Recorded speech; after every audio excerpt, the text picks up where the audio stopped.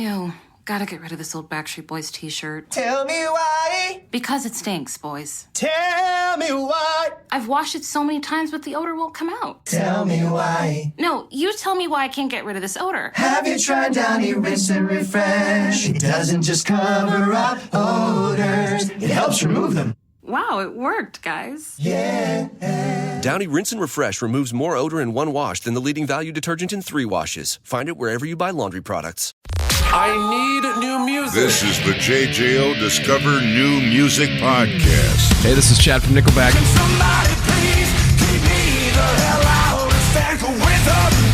Joining me is Chad from Nickelback. Chad, how are you, my friend? I'm good, brother. Thanks for taking the time today. Back at you, man. Well, before we get started and we talk about the new album, Get Rollin', out November 18th, I got to share something real quick, and I'll make this fast because it's not every day you get to talk to the lead singer of a band that you remember exactly where you were the first time you heard them. So circa 2001, sophomore in high school, frosted tips, looking cool, on the bus heading to a wrestling tournament. My buddy Ryan is in the seat behind me, listening to his CD player, Anti-Skip on, I'm sure. Anti-Skip's got to be on if you're on the bus, dude. Well, he's also writing down lyrics while he's listening. And of course, I'm telling him, I'm like, hey, what are you listening to? He's like, you got to hear this, man. This is awesome. Put on the headphones. That was the very first time I heard How You Remind Me. Bought Silver Side Up that weekend.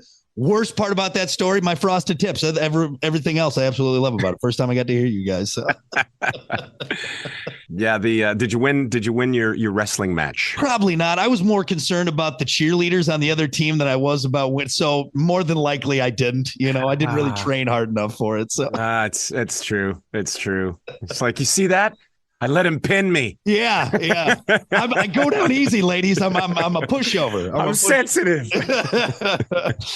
Anyway, I bring up that little walk down memory lane because Nickelback is now at this stage where it's generational fans. Like, you have parents listening with their kids. And I'm sure you see that it shows as an artist. Other than maybe making you feel a little older, what's that like now? Seeing generations of Nickelback fans. It's wild. It started probably 2 European tours ago. Actually, we started noticing. We kept talking about it. We'd get backstage and it's like, did you see the age of the first 10 rows? They were like 15, and I would even bring it up, during the show. I'm like, all your parents are back there, right? It's wild. But, when we've been touring for over 20 years, so it starts to make sense after a while. It's like, mom and dad played it in the car. Mom and dad played it in the house. Mom and dad, got to thank you for that one. That's right. It's wild to have these kids growing up on it. And there's a point. There's an actual point where our guitar player, Ryan Peake, his son, how old is he now?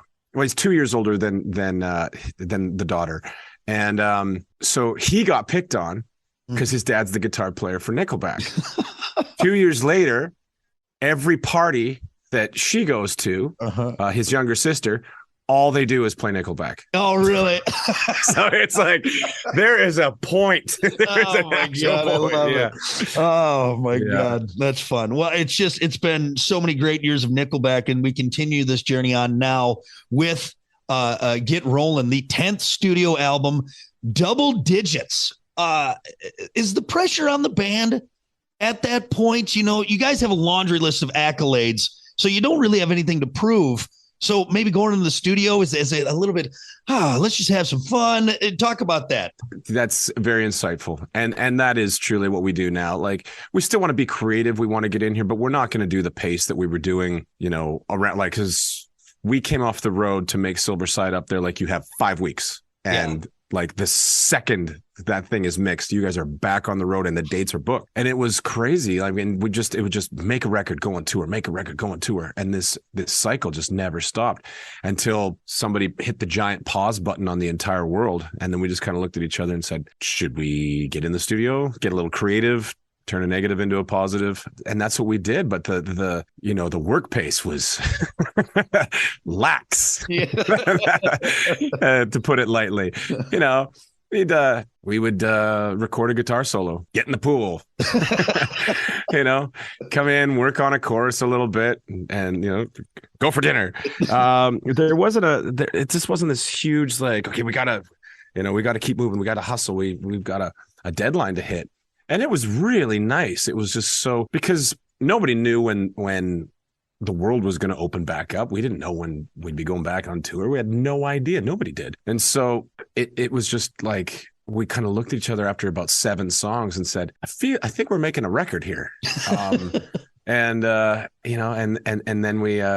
then it really turned into a record, and we started making these lyric videos, and we were actually looking for new management at the time. We were full free agents, no managers, no record company, just the ship is just adrift out in the ether there, Nickelback. We're just floating aimlessly. But then we kind of got our ducks in a row and got the record done. And here we are. Well, we are happy that through the pool breaks and dinner, we got a new record here from Nickelback. That is very exciting. Our 10th one again, which is such a feat, and we're so excited to hear the rest of it. And I'm going to put a few things out there, and I want to see if you can fill in the blanks. Okay, sure. About this first single. So Guy Fieri, Birthday Party, Prison Warden, go. You're not leaving me many details here. Yeah, Guy was having a birthday party. I think it was his 50th. It was a big one, and he had this massive venue booked, and I just ran into this guy, and he said, "Hey, you're Chad from Nickelback." I said, "Hey, nice to meet you. What do you do for a living?" He's like, "I'm actually the warden for San Quentin," and I just didn't believe him because he was just way too young. Yeah. There's no way. I was just expecting something way more stern and stoic and a little crusty and like a scar on his face. Yeah, from the 86 prison break. There's just been shanked. Something. And then, everyone around me was like, well, around him, I should say, was like, that is actually the warden for San Quentin. I'm like, oh, you're actually the one. He's like, yes, I am. Yes, I am. I'm like, wow, it's great to meet you. You run a legendary and notorious prison that stories from, Metallica did Saint Anger there, the video for it. Johnny Cash played there. I mean, there's this prison has history. And immediately I just thought, I got to stick that. I just the title, just San Quentin. I'm going to stick that in my phone, and I'm circling back on this thing the next time we've got a really heavy riff going around. And sure enough, I just screamed into the microphone at one point, "Can somebody please keep me the hell out of San Quentin?" And at that point in time, it was kind of like, all right, now I know where we're going with this thing. We got a direction here, and away we went. You guys have had heavy tracks before. I mean, you look back, like Animal, for example, like you have some heavy riffs, but San Quentin has some balls to it, some real, you guys really dropped that down. I mean, even I think even your stance in the music video is a little bit different. You guys really gave it to us on San Quentin. Yeah, that's definitely emulating some Hetfield there for sure. With every song, you're not sure where the influence might be coming from. With Burn It to the Ground or whatever it could be, or Photograph, you have no idea. But when I got to the chorus of San Quentin, I was definitely emulating a little James there for sure. You could tell with I might even do it at the end. There could even be like a little bit of that in there now that I'm thinking about it. But yeah, and we love doing that too. We every time we put out a new record, it makes us happy to kind of remind everybody, like, hey, we're still a rock band. Can somebody please keep me the hell out of San Quentin? Madison Solid Rock 94.1 JJO and JJO Discover New Music. Our guest this week is Chad Kroeger of Nickelback, talking to us about the new release, Get Rollin'. Do you maybe have a track, or maybe it is San Quentin, that really sticks out to you on the record? Maybe a favorite of yours? There's a few. There's also one which was our next single, called Those Days. And that's just a total trip down memory lane. Like if you grew up in the 80s or even close to it, you're going to get, because there's so many cultural references in that one. I'm talking about Nightmare on Elm Street, and I'm talking about like hearing Purple Rain at your first slow dance, and, standing in line at Guns N' Roses, waiting all night long to get tickets and trying to get front row. All of those things that just take you and just it's like simple stuff like, remember when the street lights came on and you had to be home? It's just tons of that over and over. And it just takes you right into that era. So that one's a favorite too. And there's another the great rock and just really groove heavy riff on this one called Skinny Little Missy. It's it gets the involuntary head bob going for sure. Yeah. Passes the head bob test. Well, again, we are going to get the full on experience on November 18th when Get Rollin' drops. To the album cover, I love it. It's got just like a bitchin' van on there. It kind of reminds me of that old like 70s Ratfink style drawings, Is that the van you guys are taking out for the tour? Are you getting piled into there and going out in that one, or close? I can't completely divulge. We're probably not gonna go from show to show in it, but it's starting to leak. So I'll leave you with that. Okay, but you'll probably see. I can't. I don't want you to get in trouble with any of that higher up. Yeah, Brad's gonna come over my shoulder here and be like, "I said you're not allowed to talk about Interview's over. We're out of here." He brought up the van. We're done. We're leaving. Exactly. But we've got a song that also goes to another era, and it's 70s. It's almost like 70s country rock. It's like you're driving across America in a van, picking up hitchhikers, going from show to show, catching all these different acts. And it's very Cheech and Chong, if you will. Like every time you open up the side doors, it's just a big, huge puff of smoke that comes out. And we wanted to lean into that. And I was like, and so the Rat Fink thing did come up, and I said, can we make the ass end of the van? Let's go tandem axle. So otherwise, it's just going to be kind of a boring van. Let's make it a little bit special. Let's make it different. So that's happening. And we're starting the video for it right now. I can't wait to see how that goes, because from what I understand, it's cartoon, and we're starting to see some things come in, and hopefully there's going to be some characters in there that we all recognize. Yeah, so that's what we leaned right into that, and then we're like, we can make this vintage 70s t-shirts, and we'll go full tilt on this thing. Get Rollin', November 18th, brand new Nickelback. Village Idiot.